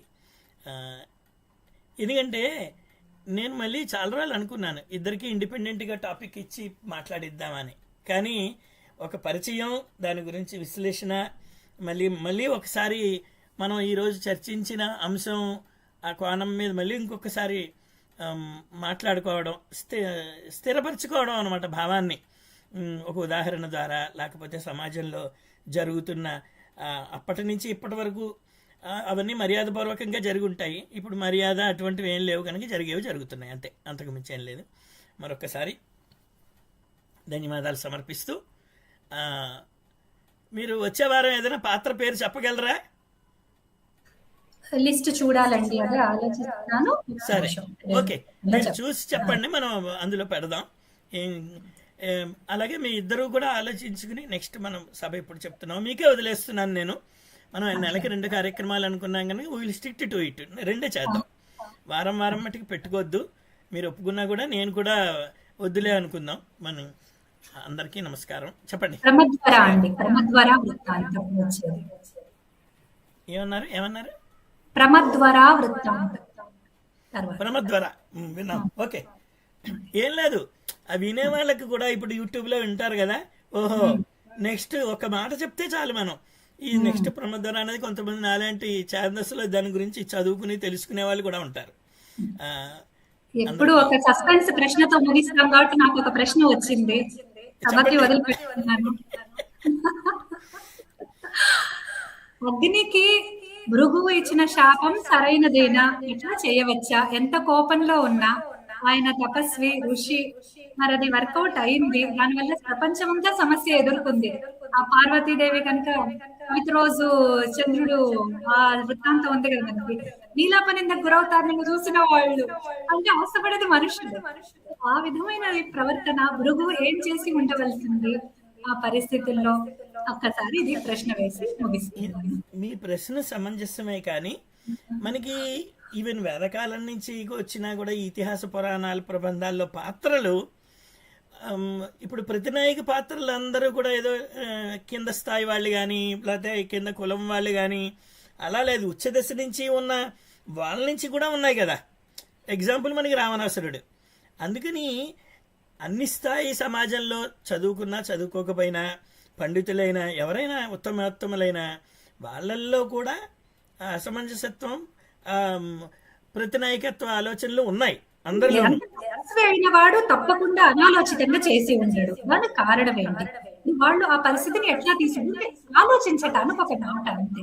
భృగువు తప్పు అని నేను అంటే నేను అనేది ఏమిటంటే, ఒక అన్యాయాన్ని న్యాయంగా మార్చడానికి రకరకాల ప్రయత్నాలు ఉంటాయి. ఒకటి చెప్పి సామధాన భేద దండోపాయాల్లాగా నువ్వు మారు, రేపటి నుంచి మారకపోతే కుదరదని చెప్పడం ఒకటి, ఒక ఉదాహరణ చెప్పడం ఒకటి, లేకపోతే ఒక్కొక్కసారి గురువే ఒక పాత్రని సృష్టించుకుని చూడు నేనే ఇలా చేశాను, మరి నేను తప్పు చేయనని కాదు నేను కూడా చేశానని ఒక్కొక్కసారి గురువు చెప్తూ ఉంటాడు. ఆ స్వయం పశ్చాత్తాపం అందులో కలిగించి ఆ పక్క నుంచి మార్చడం అన్నది రకరకాలు ఉంటాయి. అది నేను చెప్పేది. మీ ప్రశ్న కరెక్టే, దానికి కారణం ఏమిటో మనకి తెలియదు కదా, మళ్ళీ మీరే ఆలోచించి చెప్పాలి దానికి. అది నేను అంటున్నాను.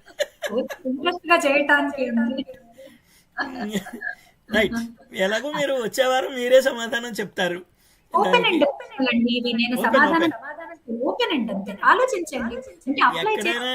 ఈ మాట విని ఎవరైనా యూట్యూబ్ లో దీని గురించి ఎవరైనా మాట్లాడతారేమో, నేను వాచ్ చేసి ఏదైనా ఉంటే మీకు పెడతాను. థ్యాంక్ యూ, ధన్యవాదాలు, నమస్కారం. ఏదో ఒక కామెంట్ కనిపిస్తోంది, ఎవరో మామూలుగా మన గురించి పొగిడేదే. శ్రీమాత్రే నమః. ఉషారాణి గారు చాలా చక్కగా పులోముడనే రాక్షసుల కథను తెలియజేశారు, ఆమెకు ధన్యవాదాలు. ఎవరో ఒకరు చూస్తూ ఉంటారు కదా, లైవ్ చూస్తూ ఉంటారు. అది లైవ్ యొక్క ఉపయోగం ఏంటంటే, థ్యాంక్ యూ, ధన్యవాదాలు, నమస్కారం. ఈ పాత్ర మళ్ళీ ప్రమద్వర కదా అన్నారు? రైట్, థ్యాంక్ యూ, ధన్యవాదాలు, నమస్కారం. ఉంటాం బాలగారు, థ్యాంక్ యూ, నమస్తే. ఒక 2-3 రోజులు టైం తీసుకుని నాకు డేట్ చెప్తే నేను I will fix for that, అంతే, అంతకు మించి లేదు. Thank you.